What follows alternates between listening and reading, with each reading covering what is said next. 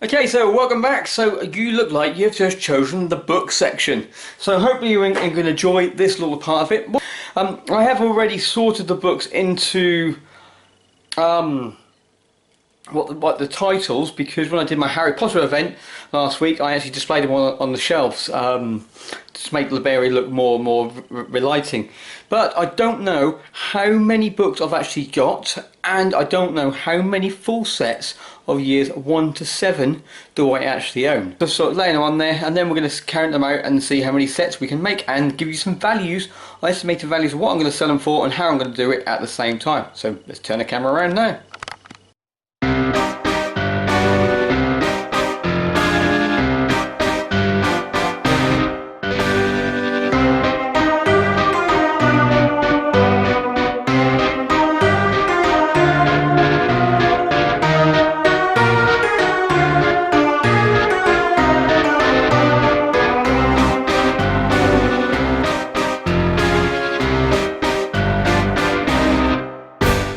Okay, so to give you some idea how many books we've got, this is the Philosopher's Stone section. So we've got 1, 2, 3, 4, 5, 6, 7, 8, 9 of the standard first edition, 1997, where these were all produced. Then we've got 2 of the adult collections, which I'll show in more detail, 3 of the Twilight collection, which came out recently, and 1 of the signature edition, which is just there, which you can get in a box set. You can also get individually as well.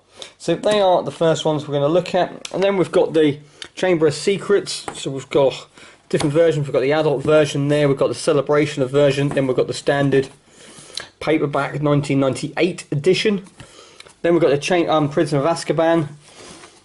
We've got 1 hardback, and then we've got 4 paperbacks sort of in there.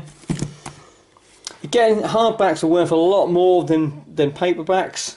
So if you can get a full run of hardbacks, you can look anything up to nearly like £80 sort of thing over there. But trying to find books 1 to 3 in hardback is really hard. Especially more so you can get these 2, but trying to find book 1 is hardback. It's very hard. Then Goblet of Fire.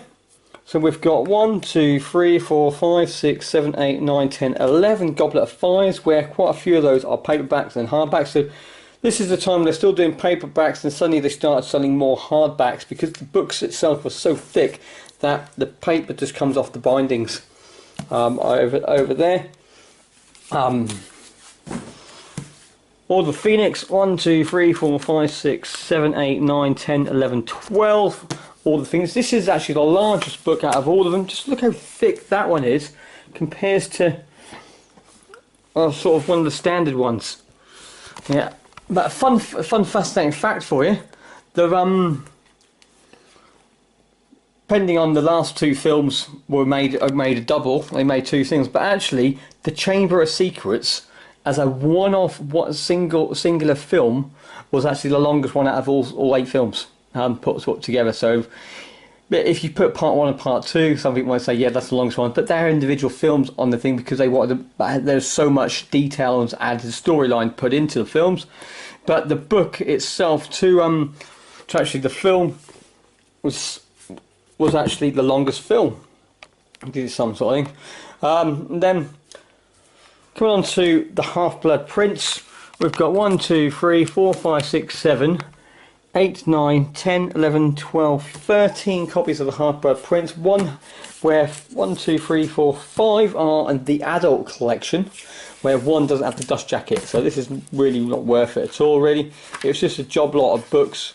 But I got it for the condition of this book is actually quite nice, just in case I get another one where the cover is nice but the books aren't. Nice. That's what I got that one for. I paid 10p for that from a car boot sale, one of those haul people.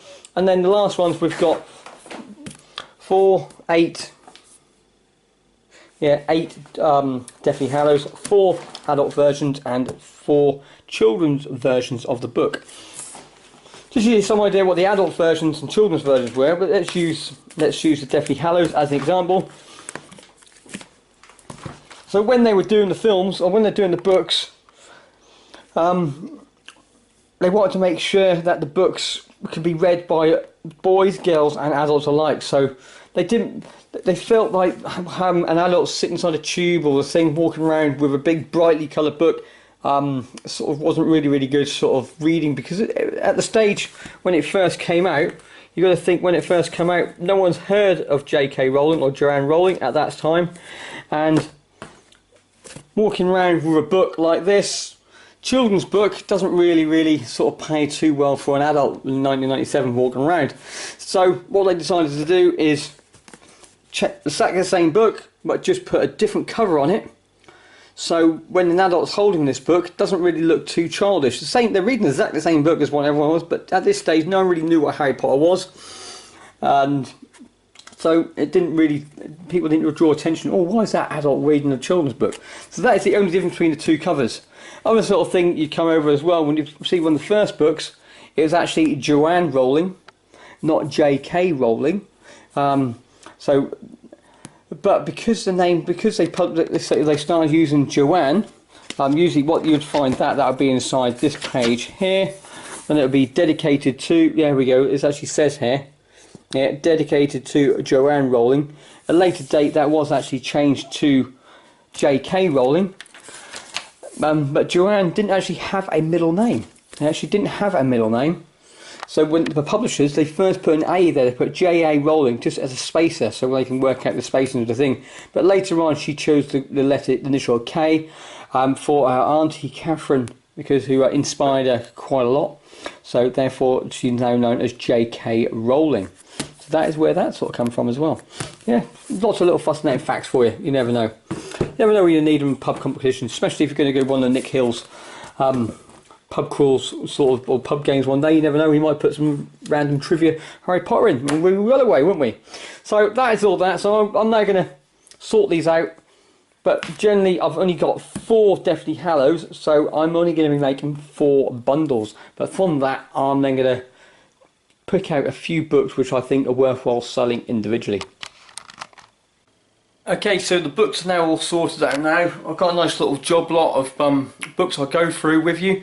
I'll go for a few little snippets of information, but if you do want to see more in-depth details of what these books are physically worth, and mistakes to look out for, or points to look out for, or facts you want to know about the books, check out the video which is going to be linked at the end of this as well, so you can see a more in-depth. This is going to be a general overview of what you can get if you look out for it quickly. If you want a more in-depth one, check out the next video as well in this series. But this is what we've got to sell. We've got 4 sets of books from 1 to 7 and various conditions I'll go through shortly. I've got 1 set of 1 to 5 in paperback, and then all these are going to be singular books which I'll go through. Yeah, so some of these are actually worth money. You just got to look around and make sure you got the right ones. But this set here, I've got 1 and 2 in paperback. They are the higher numbers, like 50 plus.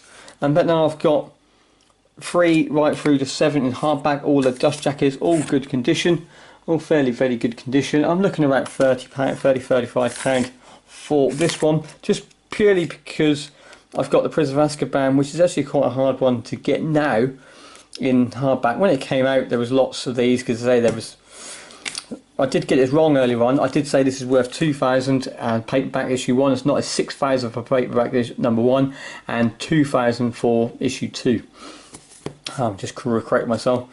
So we've got all these sort of in here, so that's going to be about £35. Then we've got this one here. It's got a yellow, but it's got the only one. I've only got one with a dust jacket, so it's going to go for sort of £29, £27-29 over on there. All these first editions, but I said the first edition didn't really make too much because there was 8 million of the Deathly Hallows. There was 6.2 million or 6.3, something like that, of the Half-Blood Prince made. There was 4 million of the Order of the Phoenix. There was 107,000, I think, 10,500. I can't remember on top of my head on that, but this one was the first book to be to actually state first edition. It said the number line. This book, can't remember the number of books what come out on the top of my head. I know this was 10,510 because that was a number agreed by the collectors community. The Prince of Azkaban was released at 15:45 or 3:45 to allow school kids to finish school and go straight to the bookshop to get the books sort of coming on there. This was a 12 o'clock release worldwide. Yeah, midnight worldwide, sort of across the world, so everyone had it at exactly the same time. Yeah, just a few little facts on there. But if you want to load more, you can check out my next video. And these two are a mixture of paperbacks with no dust jackets and that, so they go about £24–25 per each of these job lots. So that's there. The paperback ones, I'm probably going to put this at about £20 just for the paperbacks. And because it's quite hard sometimes to find these in paperbacks. Right, so that's those. But the hardcovers, if you can find the first editions in good condition, or very good condition, sort of practically brand spanking new, you can get £27 for each of the of these books, of the later ones. If you got the Goblet of Fire, you're looking at £40 for that one. But the last three, about £27 for the book. It's got to say first edition. And it's got to be really, really good condition. These aren't first condition, these are later editions, because if they were first edition, they would be slap bang into there. You never know, I might actually change that dust jacket to that one, and just take that out of being over there. But that's, if it's not first edition, I don't know why it's not worth it. Oh, it is first edition. Oh yes, I know why I took this over here. Yeah, first edition, because this is worth £27. I didn't want to put it into the job lot there. So you got £27 for this one, because it's quite nice. £27 for the Half-Blood Prince, because it's practically brand spanking new. Another £27 for this one. Off the top of my head, I can't remember what these are worth. Probably going to put them out for £15, because they are practically brand spanking new over on there. But the hardest one to find, to come across, is actually the Celebration edition of the Order of the Phoenix. Yeah, I've seen this anything up to about 20 odd quid, yeah, in rough condition, sort of like this one in my condition here. I could probably get, because how hard it is to come across, I could probably, I'm going to shoot for 15. I'll accept 10. Sort of on there. So we've got that there. We've got this Celebration edition, about £4. Lovely paperback, just a little mark just come on the side there. I'm going to shoot for a tenner for that. These, the chance of me finding all the other ones in this condition, so I'm going to sell these at like £3 each, just to clear those off. I don't know about that one actually. I just saw the condition of that. Yeah, it seems to be okay. Yeah, and then we've got my one in Welsh. So I paid £5 for this, and so I bought two of these, one for myself and one to sell. I'm putting this out for £27, just on the Welsh one. And then just the signature edition, it's only really worth about £4, so I'm going to put it on for about £4 or £5, sort of on there. Yes, I paid £3, wasn't really sure top of my head when I was paying it. It's only worth a little bit more than that, but this is the 15th anniversary edition of the Harry Potter ones. So that is all of those. Along the way, I've also got some books. Oh, I can't see myself. Along the way, I've also got some books which are completely naff, not worth anything. They're damaged beyond sort of selling. But there are people out there who make book art out of Harry Potter books. They specialise in so those things. So those sort of people would be the ones you want to sell that to. So I'm saving up all my dodgy books, and then they're going to be job lotted off. Probably about £30. I'll probably put them on for auction, starting at about tenner with postage, and just see how much I can get just with book art, or maybe a £5, just to clear them out, because they're not worth throwing away, because people will use them for other little things at the same time as well. And then I've got a few books sort of laying around. I've got 2 bundles of adult books getting made, but I'm missing books 3, 4 and 5 for those ones sort of come over. But that's it for this. If you enjoyed this, put a like down below. Any comments what you want to put on there. Check out, if you haven't already checked out the video for the DVDs, I recommend if you want to have a look, check out that one. That will be on link to this video at the same time as well. or if not, if you just want to see some more in-depth information about the books, check out the video which is inside the link as well. I've just plugged about 4 videos in then, so. But that's it, enough said. Thanks everyone, I'll see you later. Bye for now.